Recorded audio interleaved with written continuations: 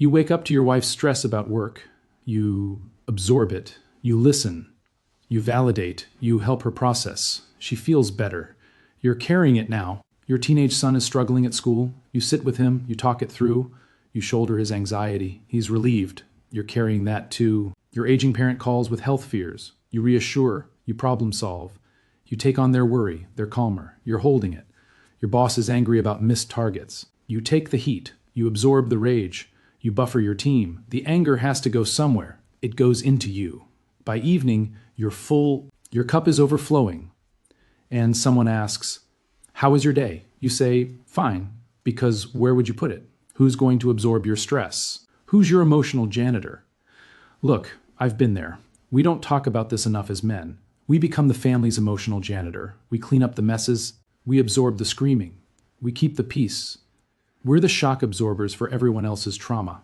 Wife's stress, kids' problems, parents' fears, boss's anger, friends' crises, all of it comes to us. And we handle it, we process it, we contain it. That's our job. But who handles ours? Who absorbs for us? The answer is usually nobody. So it accumulates, year after year, crisis after crisis, until the cup is full, and then overfull. And then one day, we break, and everyone's shocked. He was always so strong. What happened? Today, we're examining the emotional janitor role men are assigned but never asked if they want, why men become shock absorbers for everyone else's trauma while having nowhere to dump their own, what happens psychologically when you absorb emotional weight without release, the full cup phenomenon and why strong men finally overflow, who's actually allowed to have emotional needs in modern families, the toll of being everyone's rock while having no foundation yourself, why men can't ask for emotional support without it backfiring, what women misunderstand when they say men don't communicate, and most critically, what happens when the emotional janitor finally quits, and why so many men are reaching that breaking point right now. This is not about complaining. This is not about claiming men have it worse. This is about naming a pattern that's destroying good men while everyone around them benefits from their silent suffering and judges them when they finally can't carry anymore. Stay with me. If you've ever felt like everyone's dumping ground with nowhere to dump yourself, this will explain why you're exhausted in ways sleep doesn't fix. The role. What emotional janitor actually means. Let me define what I mean by emotional janitor, because this role is so normalized that most men don't even recognize they're performing it. An emotional janitor is someone who cleans up other people's emotional messes, absorbs their stress and trauma, processes their pain, and maintains emotional stability in the environment while receiving no equivalent service themselves. You're the person everyone comes to when they're upset, stressed, scared, angry, overwhelmed. You listen, you validate, you help them process, you solve their problems or help them feel better about unsolvable problems. You absorb their emotional distress so they can function. You're the shock absorber, the buffer, the stabilizer, the container for everyone else's difficult emotions. Your wife has a terrible day at work. She comes home emotionally flooded, stressed, anxious, maybe crying, definitely overwhelmed.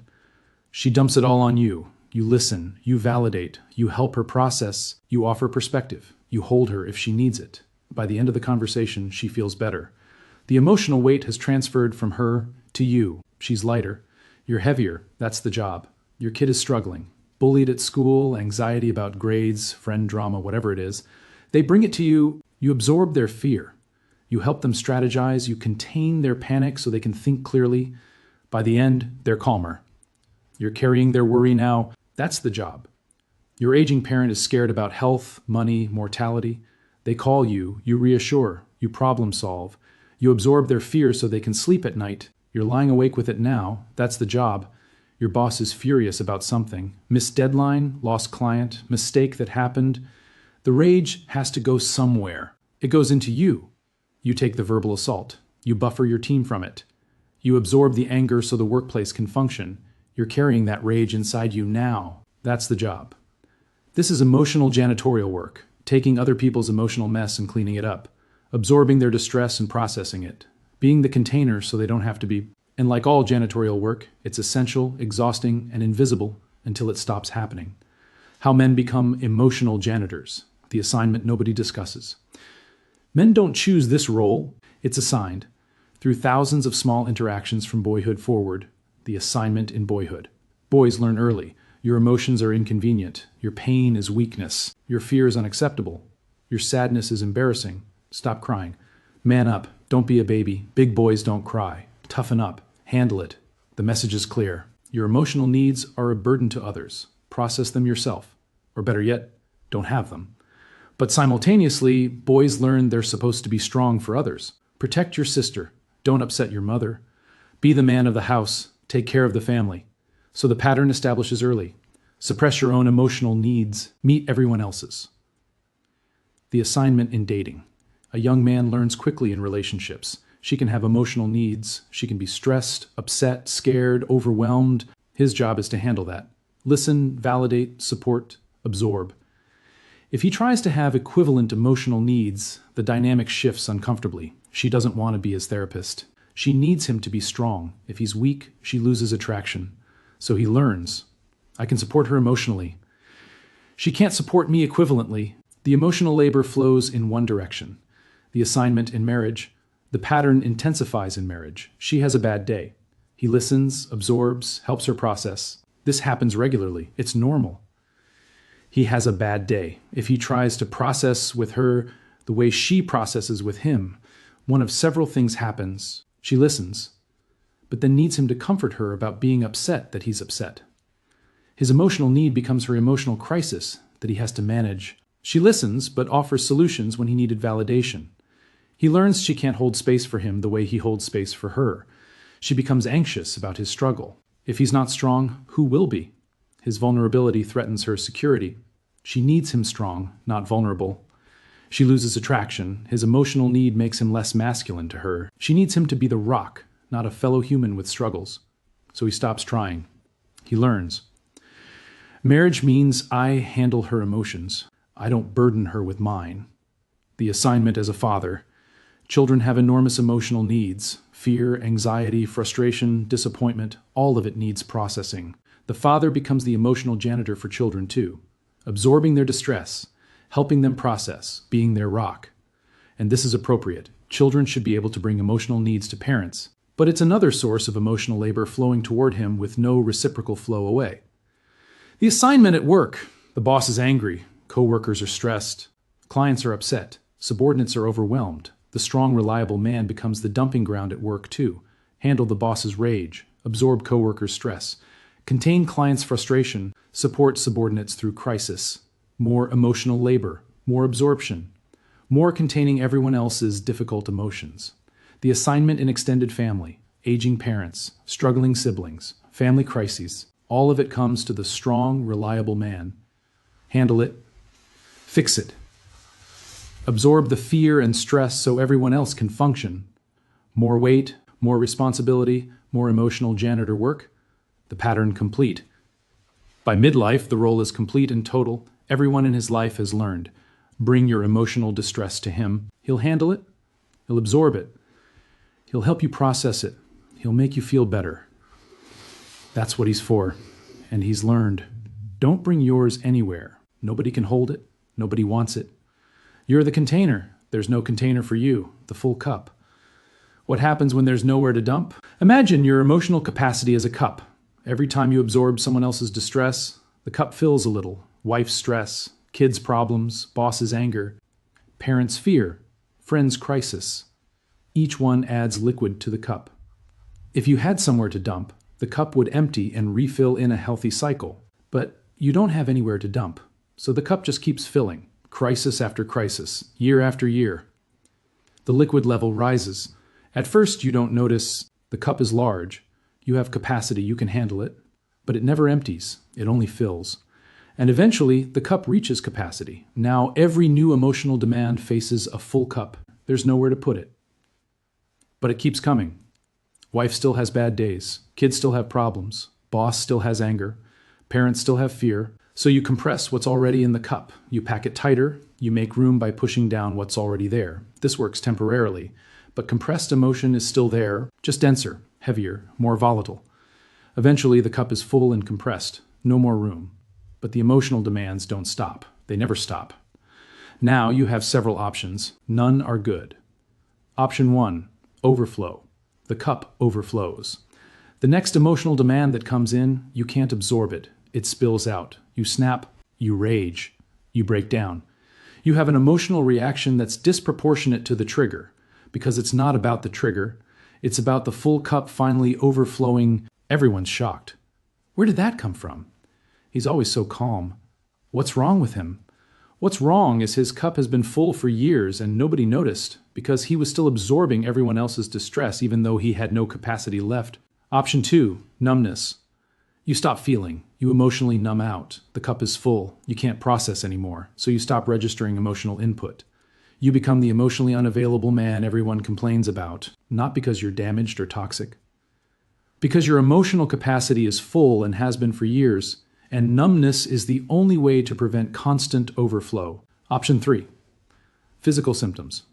The emotional distress that can't be processed emotionally gets processed physically. Stress becomes high blood pressure. Anxiety becomes digestive problems. Compressed emotion becomes chronic pain, headaches, heart disease, stroke. Your body becomes the overflow valve for the cup that's too full. Option 4, behavioral escape. You escape into something that empties the cup artificially: alcohol, workaholism, obsessive hobbies, anything that provides temporary relief from the weight you're carrying. These escapes get labeled as problems. He drinks too much. He's always working. He's obsessed with that hobby. He's avoiding family, but they're not the problem. They're symptoms of the problem. The problem is the full cup with no healthy way to empty it. Most men cycle through all 4: occasional overflow, increasing numbness, developing physical symptoms, behavioral escapes, and all of it gets judged as personal failure rather than recognized as the inevitable result of being an emotional janitor with nowhere to dump who's allowed to have emotional needs. The hierarchy. In modern families, there's a clear hierarchy of whose emotional needs matter and get met. Tier 1, children. Children's emotional needs are the top priority, appropriate and healthy. Children should be able to bring fears, anxieties, struggles to parents. The father absorbs children's emotional distress. This is right and good. This is what good fathers do. Tier 2, wife. The wife's emotional needs are second priority. She can be stressed, upset, overwhelmed, anxious. She can bring all of this to her husband. The husband absorbs the wife's emotional distress. This is expected. This is what good husbands do. Tier 3, extended family and work. Parents, siblings, boss, coworkers can also bring emotional needs. Less central than wife and kids, but still legitimate claims on his emotional labor. He absorbs their distress too when called upon. Tier 4, himself. His own emotional needs are the last priority and often not a priority at all. His needs are legitimate only if meeting them doesn't interfere with anyone else's needs.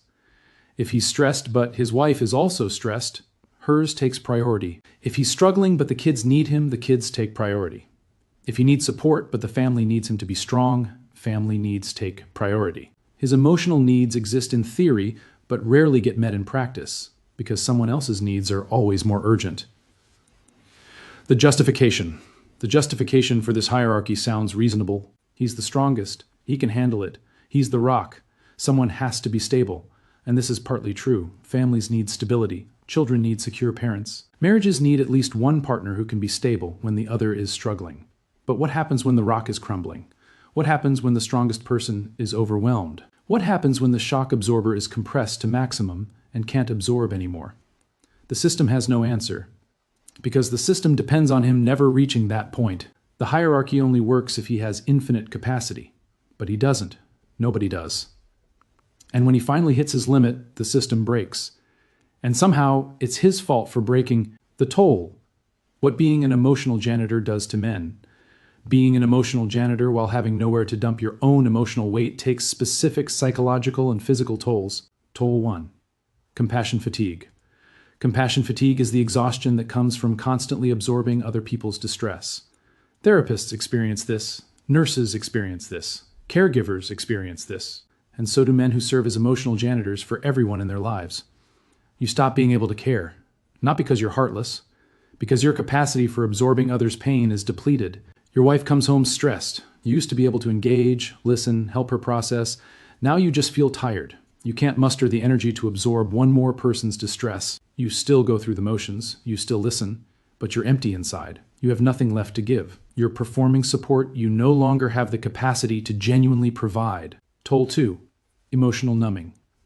To protect yourself from constant overflow, you numb. You stop fully feeling anything. You can't selectively numb. If you numb to protect yourself from overwhelm, you also numb to joy, connection, pleasure, everything. You become flat, going through motions, performing emotions you no longer actually feel, existing but not really living. People complain you're emotionally unavailable. They're right. You are. Because being emotionally available while carrying everyone's distress, while having nowhere to put your own, is impossible. Numbing is a survival mechanism. Toll 3, resentment.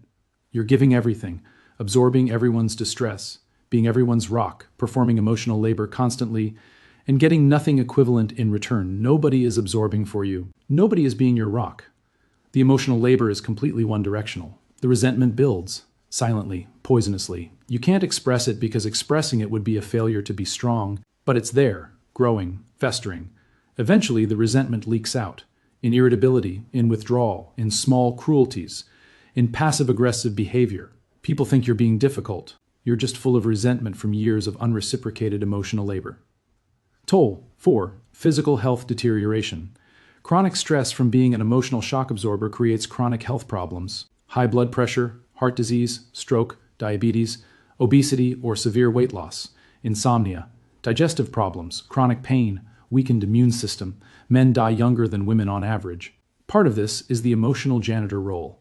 Absorbing everyone's stress while processing none of your own creates a toxic internal environment that manifests as physical disease. Your body keeps the score even when you're not consciously feeling the weight. Toll 5, depression. The combination of compassion fatigue, emotional numbing, resentment, and physical deterioration produces depression. Not the stereotypical depression with crying and obvious sadness, the male version. Flatness, emptiness, loss of interest in everything. Going through motions, functioning but not living. You wake up tired. You go through the day carrying everyone's emotional weight plus your own. You go to bed exhausted. You do it again tomorrow. Repeat for years. Until you're not a person anymore. You're just a function, the emotional janitor, and the person you used to be is dead behind the performance. Toll 6, isolation. You learn you can't share your struggles. Sharing either backfires or adds to your burden, so you stop sharing. You isolate. You handle everything alone. You become an island. The isolation makes everything worse. Humans need connection, need reciprocity, need to be known and supported. But you have none of that. You're alone in your struggle. Completely. This isolation is sometimes broken by suicide. Men's suicide rate is 3.5 times higher than women's. Part of this is the isolation of being an emotional janitor with nowhere to dump. Eventually, ending your existence seems like the only way to end the weight. Why men can't ask for emotional support. The backfire effect. Some people say, why don't men just ask for emotional support? If you need help processing, just ask for it. This reveals a complete misunderstanding of what happens when men try this. Men don't ask for emotional support because asking consistently backfires in one of several predictable ways. Backfire 1.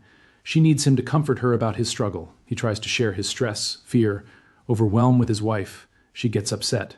Not supportive upset, anxious upset. If he's struggling, what does that mean for her security? If he's not strong, who will be? Now he has to comfort her about him being overwhelmed. His emotional need has created her emotional crisis that he must manage. He learns. Sharing my struggles with her doesn't reduce my burden. It increases it. I now have to carry my struggle plus her anxiety about my struggle. Backfire 2. Solutions instead of support. He shares an emotional struggle hoping for what he provides to her, listening, validation, space to process. She immediately offers solutions. Have you tried this? Why don't you just do that? Here's what you should do. He doesn't need solutions. He needs to be heard. But she's uncomfortable with his emotional vulnerability and tries to fix it so she doesn't have to feel it. He learns, she can't hold space for me the way I hold space for her. Sharing with her is frustrating, not supportive. Backfire 3. Loss of attraction. He shares vulnerability, admits fear, struggle, overwhelm. Her attraction decreases. She needs him to be strong, masculine, the rock. His vulnerability makes him less attractive to her. She might not say this. She might not even consciously realize it, but he feels it. The sexual dynamic shifts. She's less interested, less responsive. He learns. Vulnerability costs me my marriage's sexual dynamic. The price of emotional support is too high. Backfire. 4. Weaponization. He shares struggle, opens up about fears, insecurities, weaknesses. Later, during conflict, she uses what he shared against him, throws his vulnerabilities in his face, uses his admissions as evidence of his inadequacy. He learns, everything I share can and will be used against me. Vulnerability is a liability. Backfire. 5. Judgment of inadequacy. He shares that he's overwhelmed, that the weight is too heavy, that he needs support. She's disappointed. She thought he was stronger than this. She thought he could handle it. If he can't handle it, what does that say about him? He learns. Admitting I'm struggling means admitting I'm inadequate. Better to struggle silently than be judged as insufficient. Because of these consistent backfires, men learn, don't ask for emotional support. Process everything alone. Absorb everyone else's distress. Dump yours nowhere. That's the job. What women misunderstand when they say men don't communicate, women often complain. Men don't communicate. Men don't share feelings. Men are emotionally unavailable. Men won't open up. This misunderstands everything. Misunderstanding 1. Men don't have feelings. The assumption is men don't communicate because they don't have feelings to communicate. The reality is men have feelings. Deep ones. Powerful ones. They're just carrying everyone else's plus their own. With nowhere to process any of it, they're not emotionless. They're overwhelmed. Misunderstanding. 2. Men don't want to share. The assumption is men prefer isolation. They don't want emotional intimacy. They're happy being closed off. The reality is men desperately want to share. They want reciprocity. They want to be known and supported. But they've learned through repeated experience that sharing backfires, so they stop sharing. Not because they don't want to, because the cost is too high. Misunderstanding. 3. Communication means talking. Women often mean by communication what they do. Process verbally, talk through feelings, share every thought and emotion. Men process differently. Many men process internally, think through struggles alone, share conclusions, not the process. This doesn't mean they're not communicating. It means they communicate differently. But more importantly, men have learned their version of communicating their struggles creates problems, so they stop. Misunderstanding. 4. She's available to support him equivalently. Women think, I support him emotionally. Why won't he let me support him? The reality is the support isn't equivalent. When she's upset, he holds space, listens without fixing, validates, absorbs her distress. She feels better.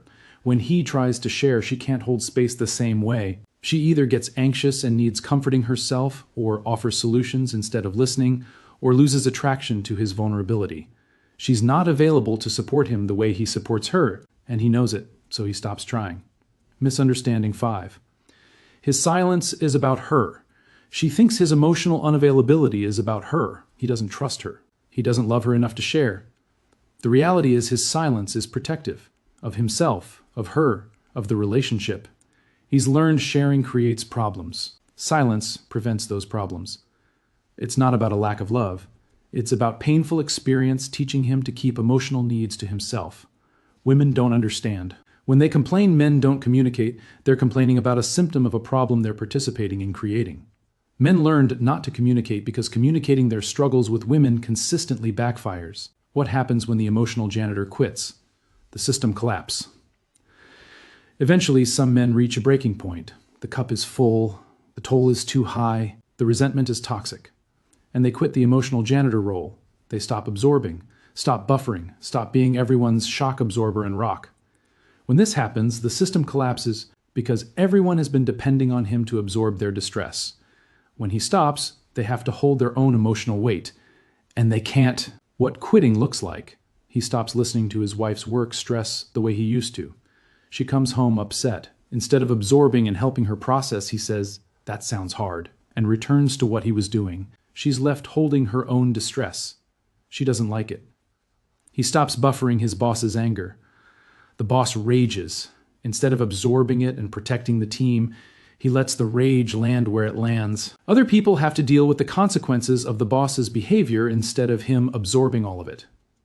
He stops being everyone's emotional support. When people bring their distress to him, he doesn't engage the way he used to. He's not cruel. He's just unavailable in ways he used to be available. People notice immediately. They don't like it. They complain, "You're different. You're cold. You don't care anymore. What's wrong with you? You're being selfish. You're not there for me. This isn't the man I married." They're right. He is different.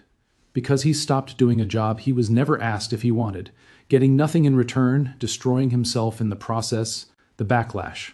The backlash for quitting the emotional janitor role is severe. He's accused of not loving his family, being selfish, having a midlife crisis, being depressed, and needing therapy, failing as a husband and father. Nobody recognizes he was performing an unsustainable role. His cup was full. He had to stop before a complete collapse. They just know the person who used to absorb all their distress isn't doing it anymore. And they're uncomfortable holding their own emotional weight. So they pressure him to go back to the role. Some men cave. The pressure is too much. They go back to being the emotional janitor. The cup refills, the toll resumes, they die a little more inside. Some men hold the boundary. They refuse to resume the role. The relationships often end. The wife leaves, the family fractures. He's blamed for destroying the family by refusing to be an emotional dumping ground. Some men discover something unexpected. When he stops absorbing, some people learn to hold their own weight. The relationship improves because it's no longer one-directional emotional labor. Mutual support emerges. But this is rare.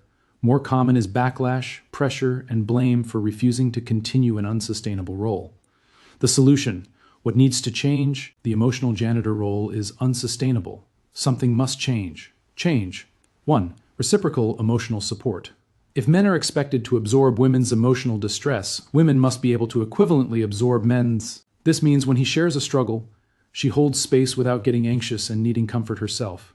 She listens without immediately offering solutions. She doesn't lose attraction to his vulnerability. She doesn't weaponize what he shares. She values his openness instead of judging it as weakness. Most women can't do this currently. Because they've been trained that men should be strong, emotional vulnerability is weakness, masculine men don't need support. This has to change. If women want emotionally available men, they have to become safe people for men to be emotionally vulnerable with. Currently, most aren't. Change 2. Men must have somewhere to dump. Men need an outlet for processing their own emotional weight. Some men find this in male friendships. Other men who understand, who don't judge vulnerability as weakness, who can hold space. Some men find this in therapy, a professional who can absorb without judgment. Some men find this in physical activity, processing emotion through the body instead of words. Some men find this in solitary reflection, journaling, long drives, sitting in nature. Whatever the outlet, men must have somewhere to dump, or the cup will overflow. Ideally, they'd have reciprocal support from partners. But if they don't, they must find alternative outlets, or they will break. Change 3. Setting boundaries on absorption. Men must learn to set boundaries on how much they absorb. You can't absorb unlimited distress from unlimited people. You'll destroy yourself. You must learn to say, I can't hold this for you right now. I'm at capacity. You need to find another way to process this. This will be uncomfortable. People are accustomed to using you as an emotional dumping ground. They won't like the boundary. But the alternative is your complete collapse. Better to set a boundary and maintain capacity than absorb everything and break completely. Change 4. Recognizing the role and naming it. Most men don't even recognize they're performing the emotional janitor role.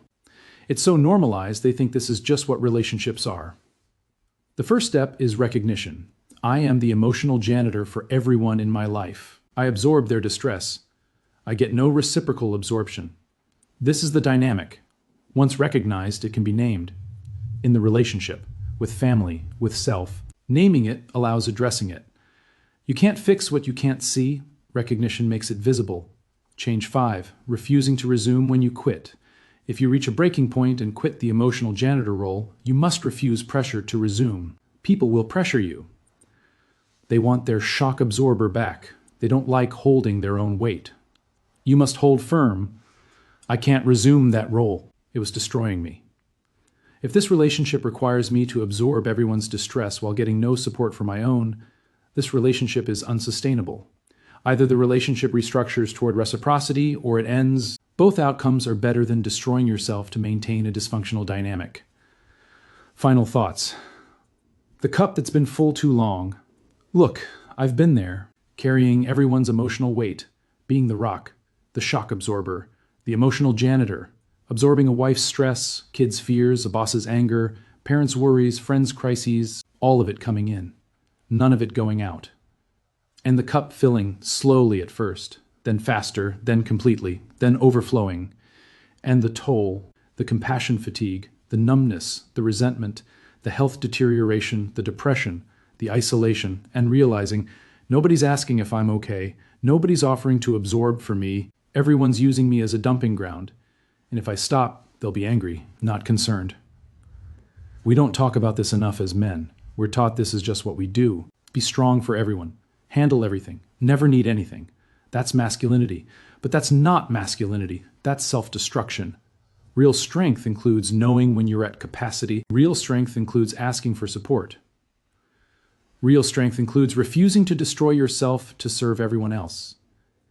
If your cup is full, if you've been an emotional janitor for years, if you're absorbing everyone's distress while getting no support for your own, something must change. Either the people in your life learn to support you the way you support them, or you stop supporting them in unsustainable ways, or you find outlets outside those relationships, or you leave those relationships. But you cannot continue as you've been. The cup is full. The toll is too high. You're breaking. And breaking completely serves nobody. You deserve reciprocal support. You deserve to have your emotional needs matter. You deserve to be more than everyone's emotional janitor.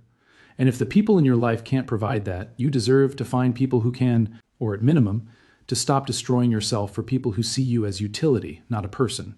The cup is full. You don't have to keep filling it. You're allowed to dump. You're allowed to have needs. You're allowed to stop being everyone's shock absorber. You're allowed to be human, not just the rock, not just the janitor, not just the container for everyone else's pain. You're allowed to be a whole person with your own needs. And anyone who can't accept that doesn't deserve access to you. Drop a comment if you've been the emotional janitor. Who do you absorb for? Who absorbs for you? What's your cup level right now? Subscribe for validation of experiences you thought were just yours, but are actually universal to men carrying weight nobody sees. Know your capacity. Respect your limits. And stop accepting the role of everyone's dumping ground when nobody is a dumping ground for you.